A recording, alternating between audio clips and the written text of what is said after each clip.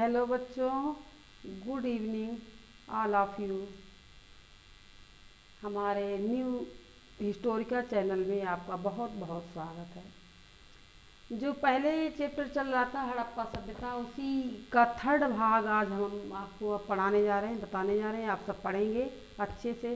विश्वास रखो बच्चों, ये टॉपिक इतना इम्पॉर्टेंट है, चाहे यूपीपीएससी हो या अन्य एग्ज़ाम हो, और टीजीटी पीजीटी के कैंडिडेट्स के लिए बहुत ही इसमें फ़ायदा होगा।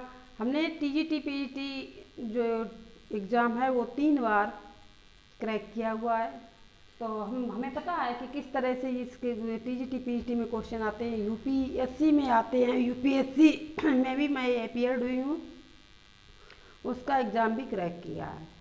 तो हड़प्पा सभ्यता के जो छूटे हुए स्थल थे, तीसरा भाग, उसमें हम छूटे हुए स्थल के बारे में हम बताने जा रहे हैं। जो हमारे चैप्टर छूट गए, स्थल छूट गए थे जिस चैप्टर में, तो ये बालाकोट, वहीं से आगे हम समय नष्ट न करते हुए आगे देखें बालाकोट, क्योंकि सुतका एंडोर तक तो हम बता चुके थे। ये भी बालाकोट भी पाकिस्तान का ही एक स्थल है।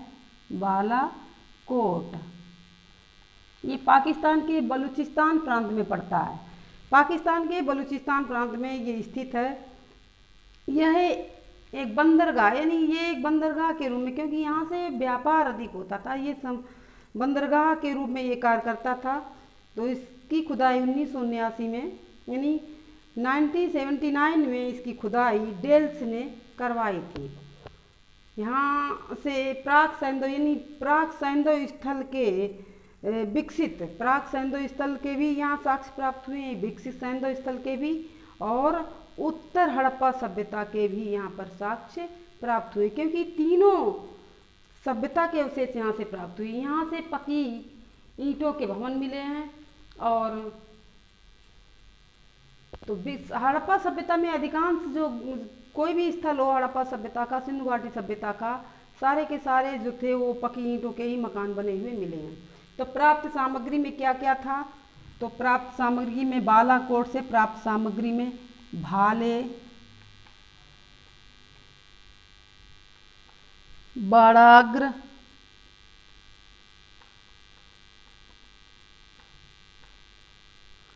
तांबे, कांसे। तांबा तो पहले ही बता चुके हैं कि तांबे के जो औजार थे और पत्थर के औजार जो हमारे नव पाषाण काल से शुरू हो गए थे, तो वो ताम्र पाषाण कालीन अलग वो स्थल वो था। तांबे, कांसे, मिट्टी,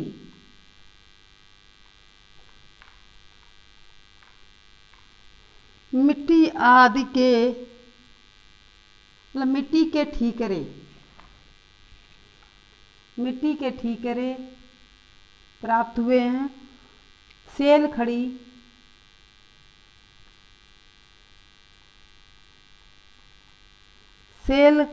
खड़ी की मुहरें जो टेराकोटा की, यानी सेल खड़ी की बनी होती थी, तो ये बालाकोट से सेल खड़ी की मुहरें प्राप्त हुई।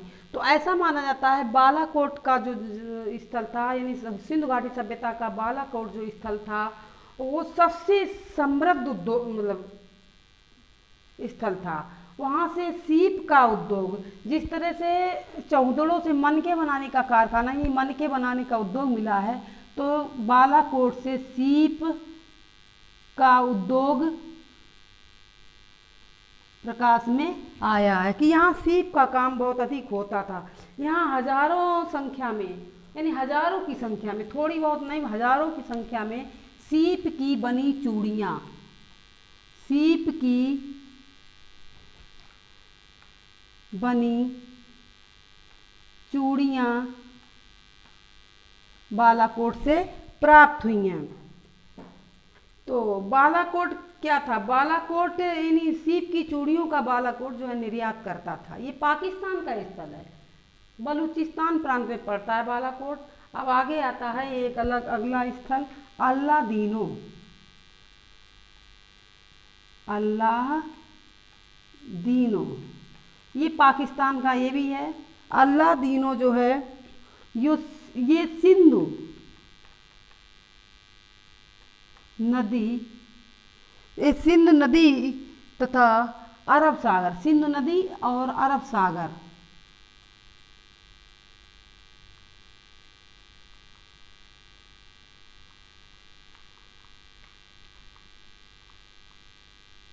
सिंधु नदी और अरब सागर के संगम पर, मतलब दोनों, सिंधु नदी थी और अरब सागर था एक तरफ, तो दोनों के संगम पर ये केंद्र जो था ये स्थित था। यानी ये करीब सिंधु नदी और अरब सागर के संगम से करीब 16 किलोमीटर उत्तर पूर्व में कराची से जो स्थान जाता था, कराची से 40 किलोमीटर दूर, कराची से 40 किलोमीटर पूर्व में यह स्थित था। सिंधु नदी अरब सागर से कराची से 40 किलोमीटर पूर्व में स्थित है। तो यहाँ से क्या क्या मिला है देखो, तो यहाँ इसकी खुदाई किसने की, तो इसकी खुदाई 1982 में फेयर सर्विस, एक मतलब टीम थी, फेयर जो पुरातत्व विभाग की ये एक पूरी टीम थी, तो फेयर सर्विस ने 1982 में इसकी खुदाई या इसका उत्खनन करवाया। अब प्राप्त सामग्री, अब आते हैं उसमें प्राप्त सामग्री। नहीं, यहाँ से सामग्री क्या क्या मिली, प्राप्त सामग्री क्या क्या यहाँ से मिला, इसके उत्खनन से क्या क्या मिला, तो इसके उत्खनन से तांबे की वस्तुएं प्राप्त हुई,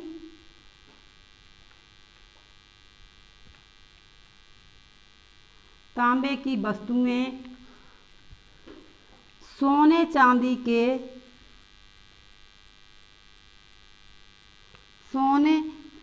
के आभूषण, अल्लादीनों से सोने चांदी के आभूषण, माणिक्य के मनके, तो चौंदड़ों से जो मनके मिले हुए हैं, मनके बनाने का कारखाना, तो यहाँ से किसके मनके मिले, मोती मनके एक प्रकार की गुड़िया होती थी जो मालाओं में, माला आला में गूंथी होती थी, तो यहाँ से माणिक्य एक धातु होती है, माणिक्य के मनके यहाँ से प्राप्त हुए हैं, माणिक्य के मनके। और सबसे बड़ी चीज एक मिली है, 102 प्रकार की मूरें भी यहाँ से मिली हैं, जिस अन्य स्थलों से जैसा कि मिला है, लेकिन सबसे एक ध्यान रखने योग्य यहाँ से खिलौना गाड़ी, यानी मिट्टी की बनी हुई, एग्जाम में पूछा जाता है अक्सर, टीजीटी, पीजीटी या यूपीपीएससी के एग्जाम में ये अक्सर पूछा जाता है कि मिट्टी की बनी खिलौना गाड़ी कहाँ से मिली है, तो मिट्टी की बनी खिलौना गाड़ी अल्लादीनों से मिली है। कहाँ से, अल्लादीनों से। जैसे कि तांबे की इक्का गाड़ी कहाँ से मिली है, हड़प्पा से मिली है, तो मिट्टी की बनी खिलौना गाड़ी अल्लादीनों से प्राप्त हुई है। अल्लादीनों ये पाकिस्तान का स्थल है, अभी हम पाकिस्तान में ही चल रहे हैं, तो वहाँ से, तो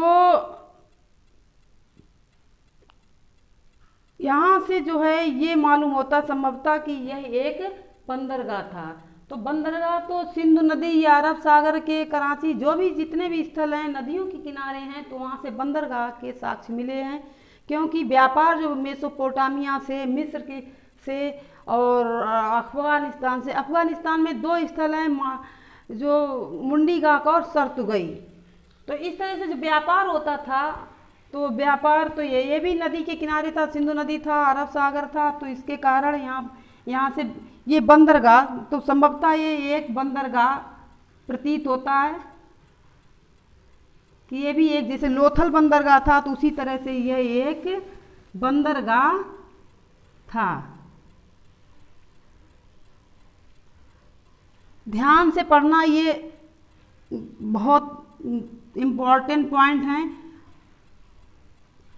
हम 3-4 पुस्तकें ऐसी हैं, उससे हम जो नोट्स अपने बनाते हैं, उसी से मेन पॉइंट जो है एग्जाम की दृष्टि से, वही इसमें हम आपको बता रहे हैं, क्योंकि अगर ज़्यादा भी कुछ बताते हैं तो वीडियो लंबा हो जाएगा।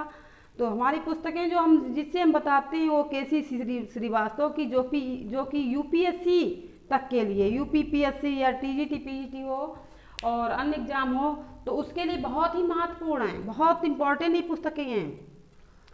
और एक हमने पुस्तक जो है आर एस शर्मा की ली हुई है और केसी श्रीवास्तव की है और वीडी महाजन की। हम 4-5 पुस्तकों से इसी तरह से नोट्स बना के आपको ये सब बता रहे हैं। तो आगे स्थल जो आता है अल्लादीनों के बाद कोटदजी।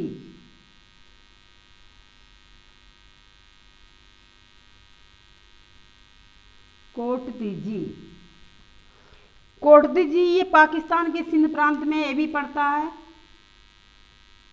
सिंध प्रांत में ये स्थल स्थित है। इसकी खुदाई किसने करवाई? इसकी खुदाई फजल अली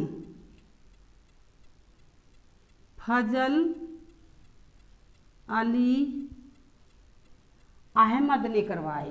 तो ये अल्लादीनों की तो फेयर सर्विस से हुई है, लेकिन कोटदजी की खुदाई फजल अली द्वारा, ये स्वतंत्रता प्राप्त, जब हमारा देश आज़ाद हुआ था उसके बाद ये सब इसकी खुदाई हुई थी। तो 1955 में इसकी खुदाई हुई थी।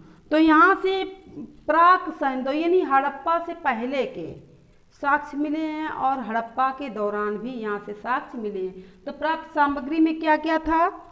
सबसे मेन पॉइंट तो यही है कि कहाँ से क्या मिला, इस पर ज़्यादा बहुत अधिक ध्यान देना, इस पर ही अपना सारा फोकस इसी पर रखना कि कौन सी वस्तु कहाँ से मिली। एग्जाम में यही अधिक पूछा जाता है कि ये चीज़ कहाँ से मिली और फला जगह की यानी मुख्य स्थान की खुदाई किसने करवाई। जो प्रमुख स्थान है उसकी खुदाई किसने करवाई? जैसे कोटदजी की खुदाई किसने करवाई? फजल अली ने करवाई।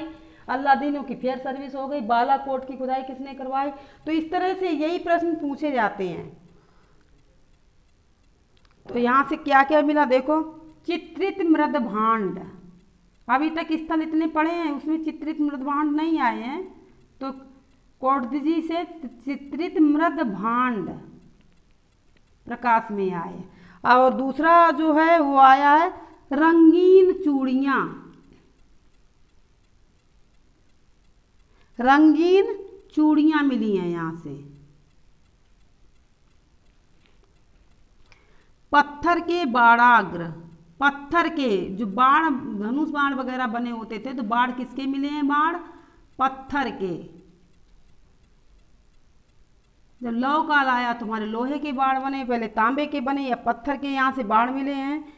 और माता देवी की मूर्तियाँ, माता देवी की मूर्तियाँ हड़प्पा से भी मिली हैं और आपके कोटदजी से भी मिली हैं। मातृ देवी की मूर्तियाँ, मातृ देवी की मूर्तियाँ, मातृ मूर्तियाँ जो भी समझिए आप। पत्थर की चाकी, मतलब चक्की जो आटा पीसने की होती थी, वो पत्थर की चाकी भी वहाँ से मिली है कोटदजी से। और मनके मिले हैं, मनके बनाने का कारखाना चौंदुड़ों से मिला है। उसी तरह से यहाँ से मनके मिले हैं। और जो अंगूठियाँ प्राप्त हुई हैं कांसे की, सोने चांदी के आभूषण कहाँ से मिले हमने बताया था अभी, सोने चांदी के आभूषण अल्लादीनों से मिले हैं। तो यहाँ से क्या मिला है? कांसे की अंगूठियाँ मिली हैं।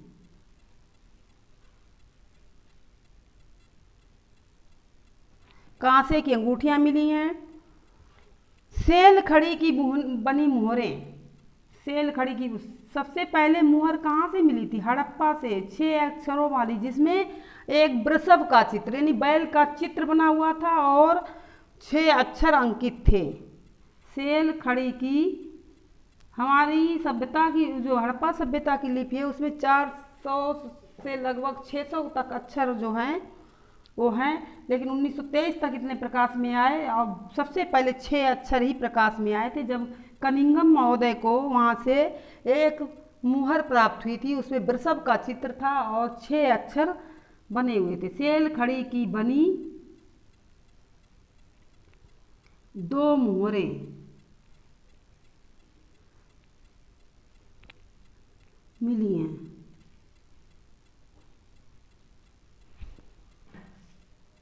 तो बच्चों स्क्रीनशॉट लेना चाहो तो ले सकते हो आप लोग।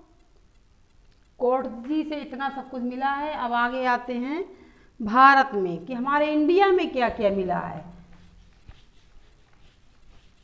इंडिया में देखिएगा क्या क्या मिला है।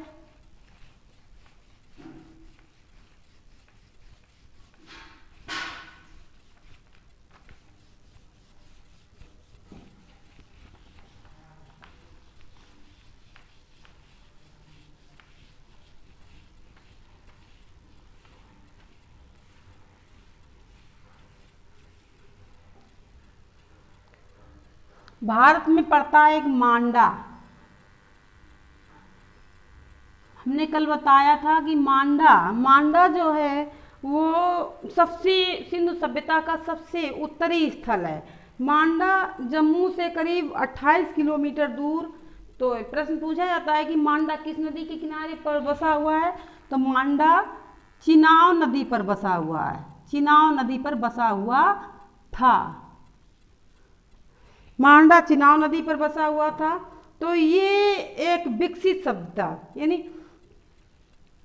विकसित हड़प्पा संस्कृति, विकसित पूर्ण रूप से विकसित संस्कृति, हड़प्पा की ये पूर्ण रूप से विकसित संस्कृति प्रकाश में आई है। सबसे उत्तरी स्थल है 1982 में, 1982 में 1982 में इस स्थल की खुदाई जीपी जोशी ने इस स्थल की खुदाई करवाई थी, जीपी जोशी ने। और इनके साथ में एक लेडीज जो थी वो मधुबाला। प्रश्न पूछा जाता है कि मांडा की खुदाई यानी मांडा का उत्खनन किसने करवाया, तो जीपी जोशी और मधुबाला ने इसका उत्खनन करवाया। ये सबसे उत्तरी स्थल है। तो यहाँ से 3 काल के यानी 3 सांस्कृतिक स्थल मिले हैं, प्राक हड़प्पा, उत्तर हड़प्पा, विकसित हड़प्पा और उत्तर हड़प्पा। प्राक हड़प्पा, विकसित हड़प्पा और उत्तर अवस्था यानी उसका पतन काल भी यहाँ से दिखाई देता है।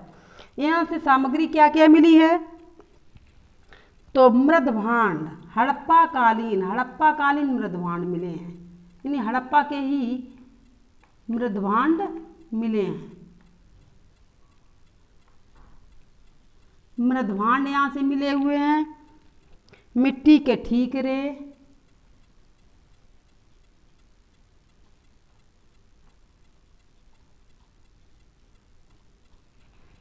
ठीकरे, चर्ट ब्लेड, अभी तक चर्ट ब्लेड नहीं आए हैं इतने स्थल, तो मांडा से चर्ट ब्लेड मिले हैं। चर्ट ब्लेड मिले, हड्डी के, देखो अभी वहाँ पर पत्थर के जो थे बाड़ाग्र मिले थे, अब यहाँ पर हड्डी के बाड़ाग्र, मांडा से हड्डी के बाड़ाग्र मिले हैं। और कांस निर्मित पेचदार पिन, कांस निर्मित पेचदार पिन मिला हुआ है। और एक आधी अधूरी मुहर, मतलब पूरी यानी पूर्ण रूप से मुहर नहीं मिली, आधी अधूरी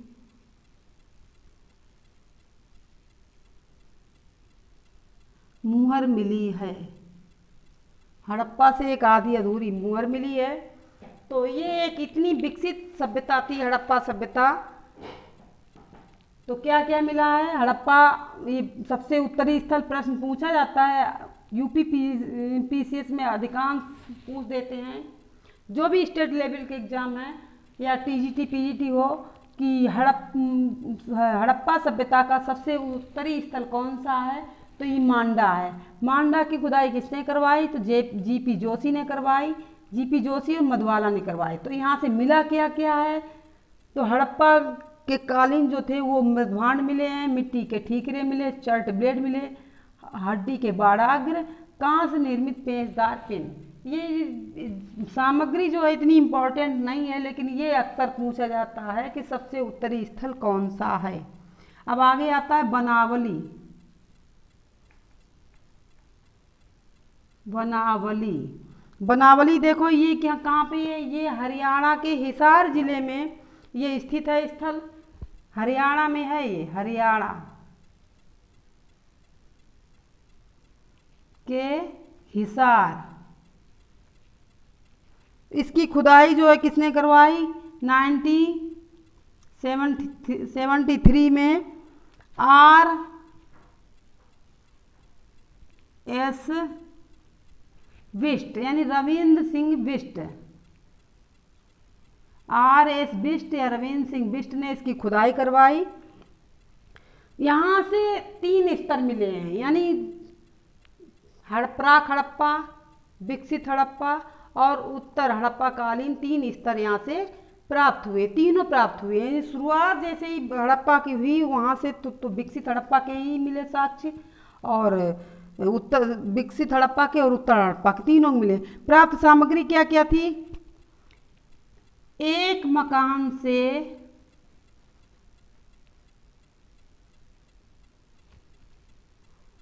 धावन पात्र, जिसे बोलते हैं बेसिन वास, धावन जो आजकल घरों में लगा होता है, तो धावन पात्र या बेसिन वास, तो बेसिन वास मिला है। और एक इससे ये पता चलता है कि ये किसी बहुत अच्छे यानी अच्छे लोगों का निवास स्थान रहा होगा, अच्छे स्तर के लोगों का।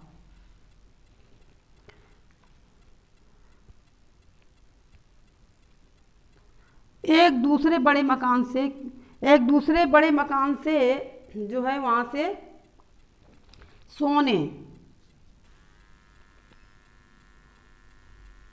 सोने के लाजवर्द पूछा जाता है कहाँ से आता है भारत में, जो हड़प्पा सिंधु घाटी सभ्यता में लाजवर्द का आयात कहाँ से किया जाता था, तो ये अफगानिस्तान से किया जाता। तो यहाँ से एक दूसरे मकान से सोने, लाजवर्द और कार्नेलियन के मनके, कार्नेलियन बहुत कीमती धातु है, कार्नेलियन